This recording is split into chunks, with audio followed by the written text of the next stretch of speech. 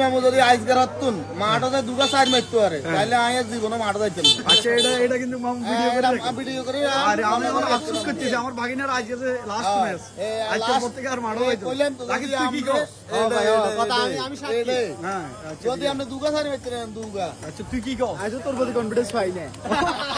আচ্ছা ঠিক আছে আগের ভাইয়ের বলে সহজে হিটা সম্ভব। हमने आने बुरे हैं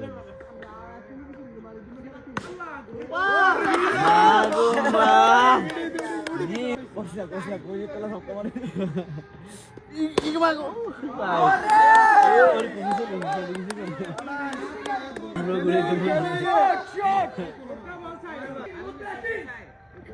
ভাই একটা শট চাই ভাই ব্যাটসম্যান দেন ও